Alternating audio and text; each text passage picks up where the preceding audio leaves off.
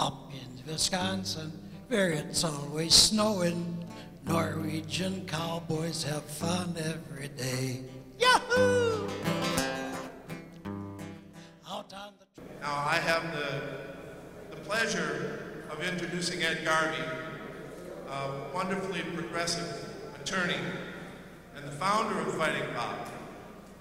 Ed has always been a champion of the common man. He's been a candidate numerous times.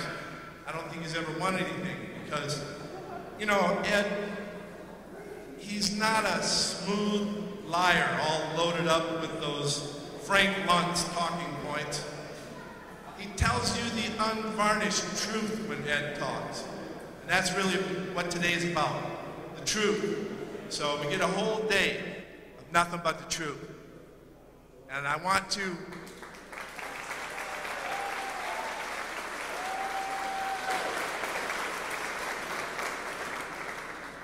also point out that Ed, you know, they say that we're all just a couple clicks away from Kevin Bacon, right? Let me bring to the podium our common denominator. Ed is the common denominator of every one of us being here today. So, ladies and gentlemen, Ed Garvey.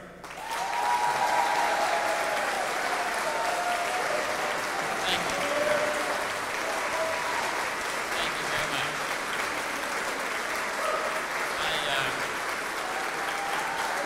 Thank you. On behalf of the local committee, I accept your applause.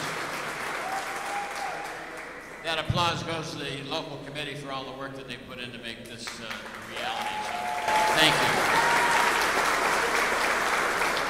And I'd like to begin by welcoming Governor Walker. If he's here, we'd like to have him, I guess he probably isn't. But we'd like to welcome Republicans and Democrats and Greens and Reds and Blues and vegans and meat eaters and politically homeless, everybody who thinks that they're a progressive. We don't have a litmus test. We just say, listen, if you think you're a progressive, you probably are. We've got a hell of a fight on our hands in Madison and around the state and in the country, and we're ready to take on that fight.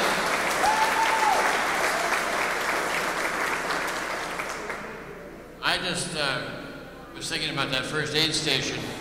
When people start listening to Mike McCabe talking about money in politics and Dave Obey and others, I think you're going to need that first aid station just to get revived.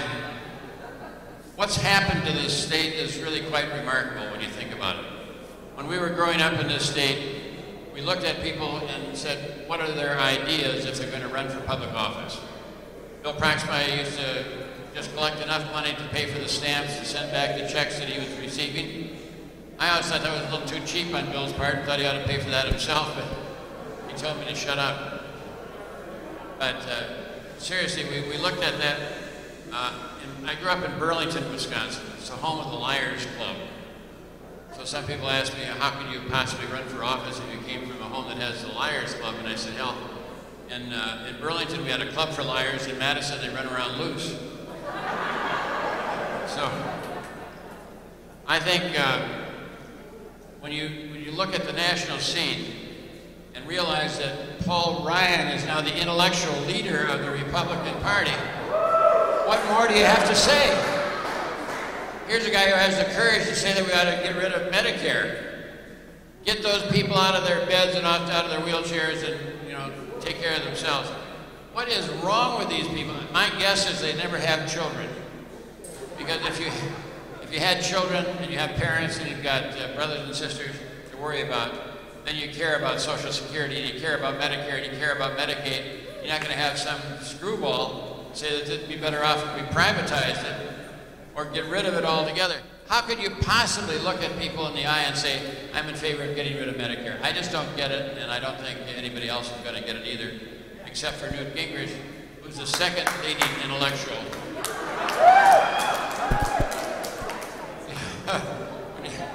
When you have Newt Gingrich apologizing to Paul Ryan, that must have been quite a discussion. So, we're going to have some fun today because I have always been of the view that we have to have more fun in politics because you got to get people to come out and to get involved in politics. You got to have a good time. And you know, when you think about this administration in Madison, man, they give us a lot of ammunition to play with. I mean, this is a pretty interesting group. And someone accused us of scheduling this for the day of the rapture. And, well, it's not true.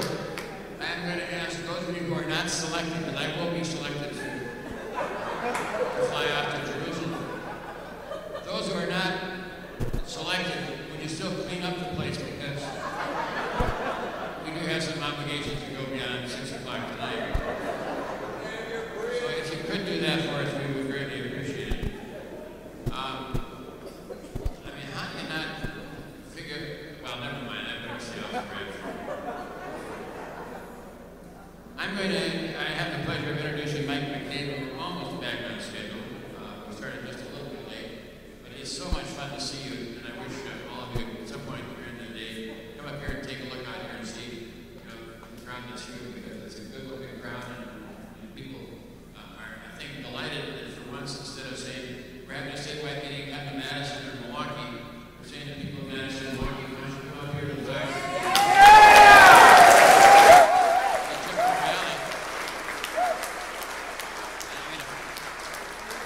It seems to me it's about time that we take Fighting Bob around the state and have one in Milwaukee, have one in Beloit, have one in Racine, get this around to all over the state of Wisconsin, because what we have to have is more than just speeches. We need some organizing efforts that will make a difference. Now, the first one we held, I'll just give you just a very short history. We took on Nestle's. Nestle, as you know, owns Perrier. And they decided they were going to steal our spring water and bottle it and sell it at a huge profit. And the people in the area said, no, you're not. Well, Perrier had a town meeting about the size of this group here. And the guy from Perrier said, we want to be good corporate citizens. Whatever that is, we don't know, but we've set up a study group to try to figure it out. He said, but we want to be good corporate citizens, so if you don't want us here, we'll leave. So somebody got up and said, well, we don't want you here. All those who agree with me, raise your hand. All raised their hand except one. So the guy from Perrier said, well, this is kind of a small group. We're going to have a bigger group. It'll be more representative. So they had a crowd about twice as many the next time. And he said, once again, we want to be good corporate citizens. And if you don't want us here, we don't want to be here. Same guy got up and said, I don't want you here. Who agrees with me? They all agreed with him. So he said, well, we don't think this is representative of the good people in this community. So we want to have a referendum. And we said, fine. So Nestle sent out all these wonderful brochures to everybody and told them why they needed to have this facility in their backyard. And 24% of the people agreed with Nestle, and 76% agreed with the people who were saying no. So this guy said, well, that doesn't seem very representative either. So we started a recall. We had a recall, and we recalled the town chairman because he said he was going to support Perrier. And he got 24% of the vote, 76% said no. And Perrier picked up and left the state of Wisconsin and went to Michigan. So we were delighted. And I have to tell you that one of my problems is that I'm Irish. And the Irish think you should celebrate every victory, because we don't have a hell of a lot of them. So we celebrated the victory of getting Perrier to leave. And I think the testimony that made the most difference was an 87-year-old dairy farmer. And he walked up to the microphone at the gymnasium at the Wisconsin Dells. And he said, Nestle is making a product for women in the third world, infant formula. They're mixing it with polluted water, and the babies are dying of dysentery. And so as part of the faith community, we went to Nestle and said, you should stop selling this. And they said their stockholders wouldn't put up with it. And this farmer said, if they won't worry about babies dying from dysentery, what chance do you think you have that they're going to care about your land and your life and your neighborhood? And when he finished speaking, you could have heard a pin drop. And suddenly Perrier didn't seem quite as enthused about their position in the community as they were before. So we got together at the Dells and we said, why don't we do this every year and get people together, and all the environmentalists, instead of having 10 different groups spread all over the state, let's have one group. And so if something comes up where somebody wants to build an ethanol plant on the schoolhouse door, we have a group ready to go and to fight it. And so about 20 of us got together, and somebody said, well, why don't we just do it once a year and call it Fighting Bob Fest? So we said, why not? Bob LaFollette would enjoy it. And so we did, and the first one we held was in Sauk County Fairgrounds. I'll never forget it because I was picking up Paul Simon, the great former senator from Illinois, with great Wisconsin traditions and roots. And I kept thinking, well, if there are only about 15 people, I'm going to have to explain to Paul that these are the best 15 people in the entire state of Wisconsin. But we got there and we had about 500 to 700 people, and Paul gave a great speech, and we were off and running, and we're going to have our 10th Fighting Bob Fest in September. We've had, in the last 3 years, over 10,000 people each year, and I think this year they're worried that we might have too many. I don't think I'd worry about that. I want to make sure that you all get on some buses and get down to Madison and make sure that they understand that this is a statewide effort and not just a local effort as well. We've got to do more. So at the second Bob Fest, somebody said we need to have an electronic magazine so that we have a way for progressives to talk to one another. So we started FightingBob.com, and you're not going to believe this, perhaps, but we now get 23,000 visits per week on FightingBob.com. 23,000. That's pretty exciting stuff. It's not as many as subscribe to the Milwaukee Journal Sentinel, but I bet it's more than read the Milwaukee Journal Sentinel editorials. So we need to have you expand that list. And somehow, at some point today, I'd like you to answer a question for me. Where do we go from here to make this even better? I mean, do we get on a caravan and go around the state and start talking to people all over the state of Wisconsin about the issues that we're confronting, and the recalls and all the rest of it? Or do we set up a permanent lobbying effort? Do we form the Progressive Party? What do we do? I mean, because I get people who say to me, well, you have Fighting Bob Fest and it's very good, but where's the action? So think about the action that we can take and see what we can put together to make this an even more effective organization. So let me stop with my giving you the history of Fighting Bob Fest and introduce someone who's been to, I think, every one of them. Mike McCabe, have you been to every one? He's been to every one of them, and so we're not going to charge him as much this year. You get a discount if you've been here for 9 times. Mike McCabe is executive director of the Wisconsin Democracy Campaign, and I think it's the most effective organization in the state of Wisconsin, maybe in the country, in terms of keeping track of money in politics. And not only does he keep track of them, but he inspires people every day with the work that his organization does. And so please welcome Mike McCabe.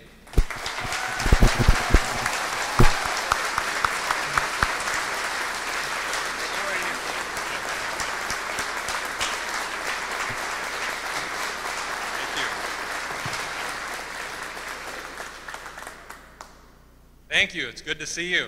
Thanks for coming out. Thank you for having me again, Ed. I have to say, you look more relaxed than I thought you would. Not knowing whether you've been chosen for the rapture, I would have expected a little more tension in the room. And if you're not chosen, then you got to live through the fire and the brimstone and the recall elections and all that. I just figured you'd be a little more on edge.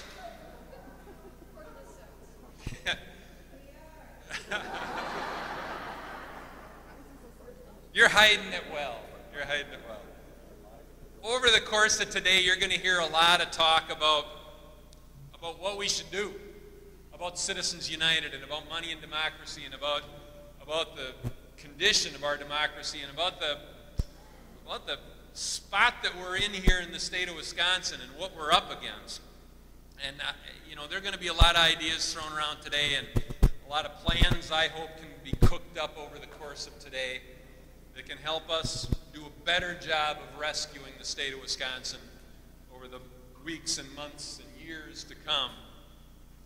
But I tell you, I guess what I would start with, I don't know if there are any Harry Potter fans in the audience, but we have got to find and destroy all those Horcruxes. We got to get rid of Voldemort.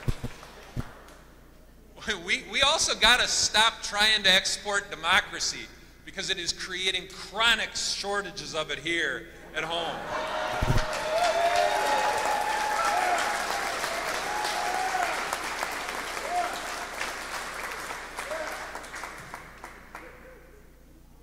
It's almost like we forgot where we put it. On a more serious note, you know, one of the things that we got to do is we've got to insist on being governed rather than ruled. And we got to convince the people of Wisconsin that there's a difference, and we've got to help people understand the difference between being governed and being ruled. We need to find a George Orwell for our times, because we do have to be able to discern truth in this age of propaganda and spin and fake news. So we need to find our George Orwell for our times. Because think about it. There are no lies anymore. There's just spin. There are no bribes. Bribes are now donations. Money is speech. Bribes are speech. Free speech, by the way, speaking of speech, free speech is now spelled without an R. The Supreme Court has effectively removed the R from free speech. So words have become warped, and we have to do a better job of being able to discern truth in this time where there are so many official lies, and there is so much propaganda, and there is so much prevalence of fake news. When you think about words, we have to reclaim certain words. Think about Tea Party.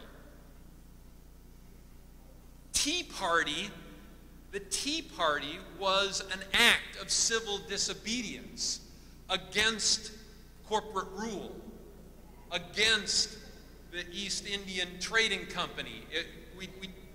They took their tea and they dumped it into Boston Harbor. It was an act of civil disobedience against a king's power and against corporate rule, against the merger of corporation and state. That was the Tea Party. And now we've got a Tea Party that, you know, what the hell is that thing? It's got something to do with the rapture. But that term has been stolen. That piece of history has been stolen, and we need to steal it back. Now, let me give you an illustration of how much words have been warped. I can say something that will make you cringe. Walker.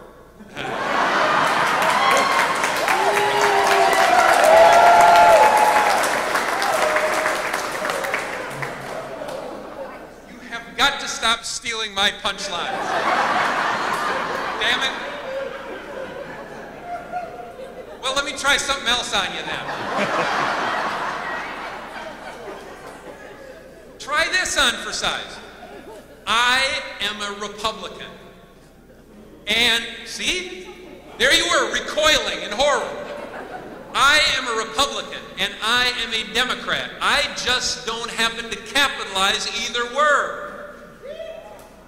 But think about what's happened to those words. Republicanism and the idea of Democrat or democracy, those who were Democrats believed that the will of the people should be the law of the land, that the people should rule. That is the concept of democracy. Abraham Lincoln said it even better. He said, I would not wish to be a slave, therefore I would not wish to be a master. That was his definition of democracy, that the will of the people should be the law of the land. And republicanism, the idea of being a Republican, was to balance that notion of the will of the people ruling with the idea that we should be a land, a nation of laws, a nation of rights, and that there are certain rights that cannot be taken away from people even through the will of the majority. And by those definitions, when you go back to the republicanism that Thomas Jefferson gave us, when you think about democracy in terms of how Abraham Lincoln defined it, government of the people, by the people, and for the people, Or, how he also defined it, that I do not wish to be a slave and therefore I do not think that I should be a master. I am a Republican and I am a Democrat. And yet those words too have been warped, especially that first one. And we need to steal those words back as well. Those of you, I know there are many friends in the audience, and so many people have already come up to me and welcomed me to Chippewa and you know, thanked me for coming here. And hell, I grew up not far down the road, a little town named Dairy Farm outside of Curtis, and went to Owen-Whitney schools. So this is kind of a homecoming for me. It's not like I've come a long way,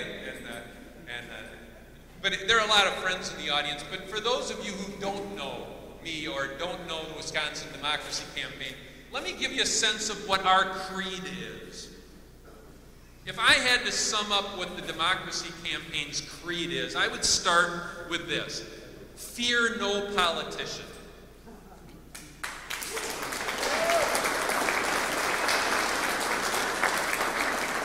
Favor no party, pay no homage to power, and give no hospitality to lies.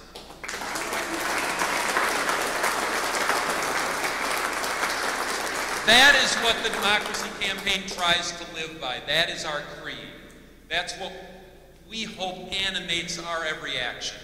Now, I know that you may feel a need to favor a party, but what I would say to those who have made your choice is that you cannot truly owe allegiance to a party unless that party shows allegiance to you. And that has to be your bottom line.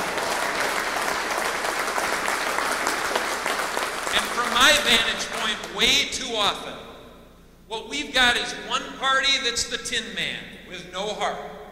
Yeah. And one party that's the Scarecrow with no brain. Or spine, for that matter. Well, let me talk about the Scarecrow for a moment. Scarecrow's got no brain or no spine. Well, think about what we see the Scarecrow doing way too often. And it's something that we have to challenge, and it's something that we have to fix. We see a party playing by rules stacked hopelessly against them, running uphill on a playing field tilted in favor of their opponents. Now, sometimes those opponents will be so morally bankrupt and so intellectually crippled that even running uphill you can beat them. But not always. Now, when I think of that opponent so morally bankrupt and so intellectually crippled that you could win even running uphill in that race, I think of somebody like Ron Johnson. Yeah. Yeah. Oh, wait. You won. So we have to realize that running uphill on a playing field that is tilted against us makes no sense. And playing by rules that are stacked against you makes no sense. And then it leads me to the Cowardly Lion. And it seems to me that we've got legions of cowardly lions out there. Progressive groups, public interest groups, that nevertheless have been afraid to anger that heartless bastard, the Tin Man, for fear that his axe will fall on him. But they're every bit as frightened of the Scarecrow too. They're afraid to alienate a friend.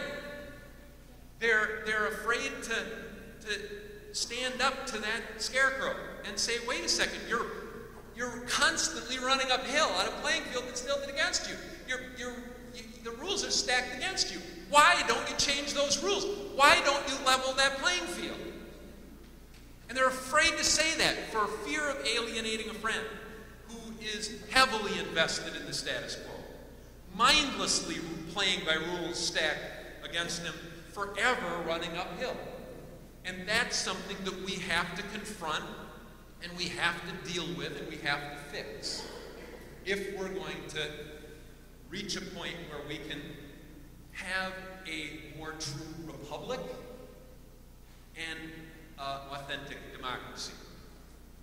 Now, in this country, from 1945 roughly to about 1975, for 30 years, we were growing together.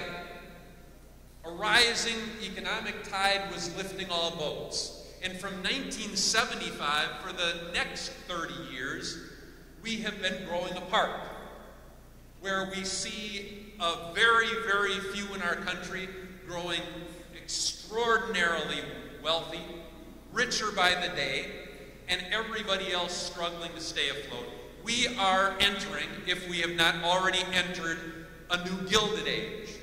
I would call it a stilted age, because once again a privileged few have been elevated above the floodwaters, protected from those waters, and everybody else is simply trying to tread water and keep their heads above and catch their breath. And that's what we've got today. We have got 400 people in this country with more net worth than over half of the population. Over half of the entire population of the United States does not have as much net worth as 400 people in this country. We've seen the top 1% reap huge rewards while everybody else struggles. And that is not a coincidence. This is happening by design. This is the result of a pattern over the course of 30 years of one public policy decision after another. This is happening to us